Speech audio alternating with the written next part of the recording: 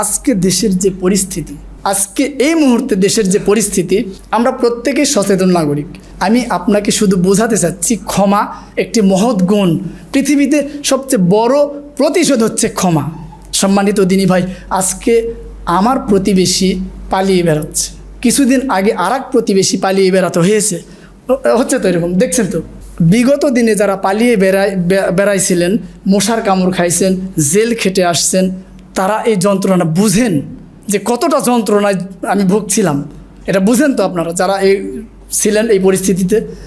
ঠিক আজকে যারা পালিয়ে আছে তারাও এই পরিস্থিতিতে আছে। সম্মানিত দিনী ভাই, আমি পুরো দেশবাসীর কাছে, আমি ছোট মানুষ, আমার একটা আকুল আবেদন, এই সাধারণ ক্ষমা হচ্ছে মহৎ গুণ, সবচেয়ে বড় প্রতিশোধ।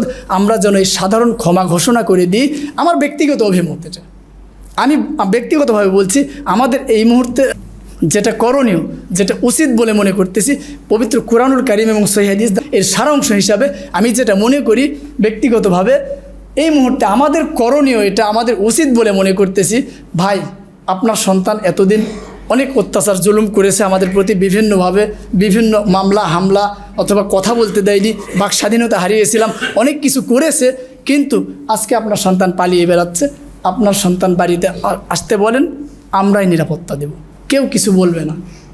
এটা সাধারণ ক্ষমা, এত শান্তি পাবে ওই ব্যক্তি। এর চেয়ে বড় প্রতিশোধ আর পৃথিবীতে কিছু হতে পারে না। ও তখন একা একাই বুঝে নেবে আমি এতদিন কার প্রতি জুলুম করেছিলাম। সম্মানিত দিনী ভাই, ইসলাম এ কথাই বলছে, ইসলাম এ কথাই বলছে। সুতরাং আমরা পারিতপক্ষে এখন দেশের যে পরিস্থিতি আমরা করেছি, দেশের যে সিচুয়েশান আমরা করেছি, এই সিচুয়েশান কাদের ক্ষতি? আমি একজন আম জনতা, যেই দল এসে আমাকে চাপ দিবে আমের রস পাবে, আমি আম জনতা বলছি। তো এটা আমাকে দিয়েই পূরণ করতে হবে। আমার ট্যাক্স, আমার ভ্যাট বৃদ্ধিকরণ হবে। আপনি রাগের বশে ক্ষোভে অনেক কিছু প্রকাশ করেছেন, হয়তোবা সেগুলি আপনার কাছে ঠিক মনে হয়েছে, প্রতিশোধের বশে। সম্মানিত দিনী ভাই, পৃথিবীতে সবচেয়ে বড় প্রতিশোধ হচ্ছে ক্ষমা। এই কারণে আমার আজকে আলোচ্য বিষয়টা ক্ষমা। তবে ক্ষমাকে বোঝাতে গিয়ে অনেক বিষয় নিয়ে আমি বুঝিয়েছি। আল্লাহ সুবহানাহু ওয়া তাআলা আমাদের প্রত্যেককে ইসলামের সঠিক দিন, সঠিক বিধান বোঝার মতো তৌফিক দান করুন। আল্লাহ সুবহানাহু ওয়া তাআলা আমাদেরকে ক্ষমাশীল হওয়ার মতো তৌফিক দান করুন। আল্লাহ সুবহানাহু ওয়া তাআলা আমাদের প্রত্যেককে সহনশীল হওয়ার মতো তৌফিক দান করুন। আমিন। আল্লাহুম্মা সাল্লি আলাইহি, আল্লাহুম্মা বারিক আলাইহি।